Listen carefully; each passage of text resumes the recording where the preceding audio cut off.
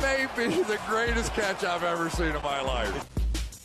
Alright guys, I'm very sorry we've gone a couple days without an upload to this channel. I'll be completely transparent. I actually was planning on uploading this video and making this video about 2 days ago, but I've just been extremely stressed with that main fantasy football channel where I've been making anywhere from 3 to 4 videos a day, live streaming every single night, and I just had to take a break. I had to lay down for 20 minutes and just not do anything, not look at my computer. But now, I think we got our 20 minutes break, so we're going to continue to make Dynasty Fantasy Football videos because those are my favorite videos to make because it's the best format of fantasy football. In this video, I'm going to be diving into Jonathan Taylor. Now, with Jonathan Taylor, I think that currently he is the most polarizing running back that we are going to see in Dynasty Fantasy Football because after the Marlon Mack injury, everyone just wanted to really announce that Jonathan Taylor was now a top 3 Dynasty Fantasy Football running back. And I'm not going to lie, I was right there with y'all. Y'all know that I actually had Clyde Edwards-Helaire confidently as the running back 1 after the NFL draft. Before the NFL draft, I had Deandre Swift. Regardless, Jonathan Taylor has been at the top of that list every single step of the way. The only problem was I did not necessarily agree with the 100% take that he was going to be the next Ezekiel Elliott, just because we did not see Jonathan Taylor have that extremely confident receiving profile coming out of Wisconsin. On top of that, we did not see Jonathan Taylor get the draft capital of some of these other elite bell cow type running backs. Still, we look at his overall profile coming into the NFL, being drafted at 21 years old with the 9th pick in the 2nd round. He has exactly the type of size that you would want at 5'10", 228 pounds. And not only that, but he provides exactly the type of athleticism you want, which really put him in an elite class right next to a Saquon Barkley. So with Jonathan Taylor, there was a lot of reasons to get excited.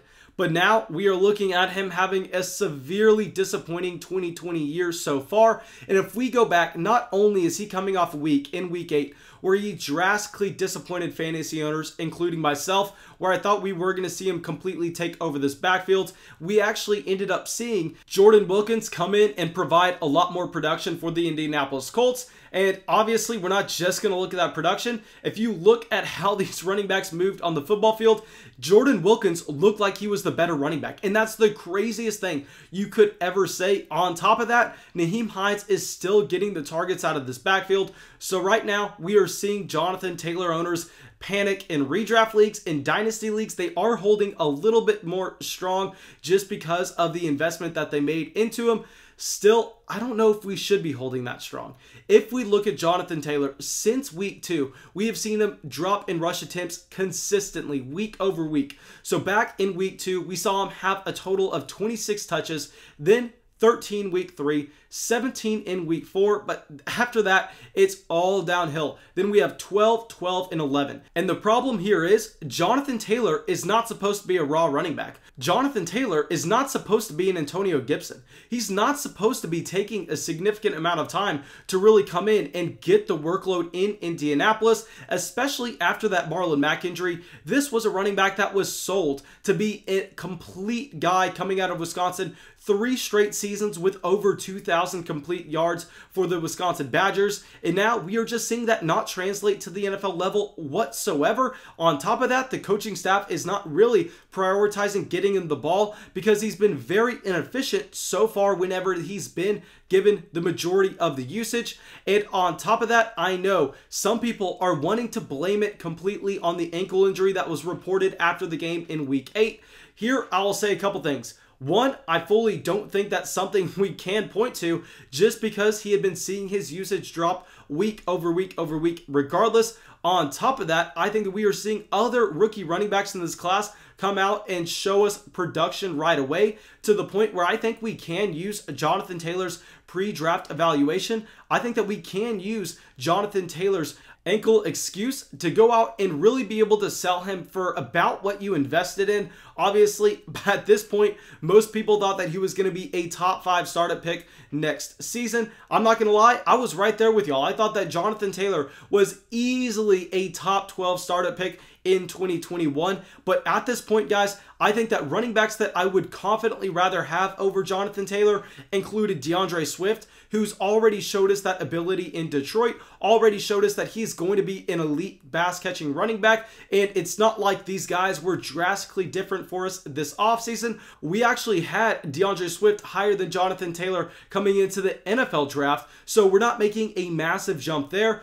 Other running backs that I honestly think I would rather have as well are both J.K. Dobbins and Clyde Edwards-Helaire. Now, yes, I know neither one of these guys have been able to come in and command the significant portion of their own team's backfields, but that is because currently we're seeing J.K. Dobbins deal with Gus Edwards and Mark Ingram. Mark Ingram is going to be gone next season, and we are seeing Clyde Edwards-Helaire deal with Le'Veon Bell coming in. Le'Veon Bell is clearly not going to be a Kansas City Chief in 2021. Now, with Jonathan Taylor, the problem is, yes, there is no guarantee that Jordan Wilkins and Nyheim Hines will be there in 2021 to take touches away, but it's not like Jordan Wilkins or Nyheim Hines are very talented running backs to begin with, so who's to say that they can't bring in someone similar to a Jordan Howard, and he is splitting that backfield with Jonathan Taylor in years to come.